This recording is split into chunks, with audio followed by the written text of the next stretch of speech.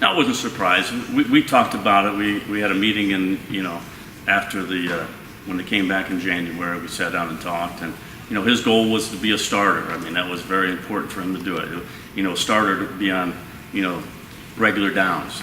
And he was a starter in our sub packages, and he wasn't, he came out and said, hey, if I'm not a starter, I might look somewhere to go to transfer and see where I can go start. So we knew that the whole time, and we had opportunities where we were moving him around a little bit and playing corner, and we put him at strong safety a little bit as a backup. And, we just sat down and talked, and he was very good about it. He's seen where he was on the depth chart, and he wasn't going to break it right now. And sometimes you don't break the depth chart as number one right now. He might mid-season, and he chose to make a decision, and we're happy for him, and hopefully that he finds a place that's comfortable for him. But I'm sure he's going to miss this place, and we're going to miss him.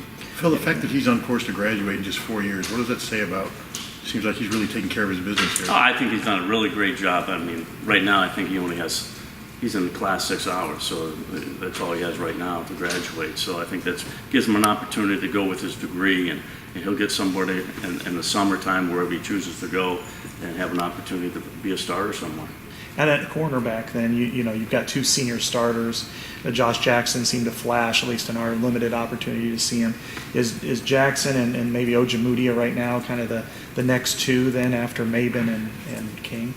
Yeah, right now they are. I mean, they have a long ways to go and grow, but I think they've done a good job. And Josh has played a little bit, even though he had his surgery earlier in January. But he's been out there, and we just have no contact with him. And we're excited about where he can go. And I think OJ has done a great job where he's at, but he still has some growing pains to go through too. And he hasn't seen everything, and he's growing up. And he'll keep on doing it and getting better. And I'm excited to see where they go. Think there's any chance any of the true freshmen could work their way in the defensive backfield? I think there's always going to be like 2 guys that we can pick out. One is to play on special teams. If they can help us on special teams and they can add depth. Right now, I hate to say who they are, but I have some ideas where we're going with that.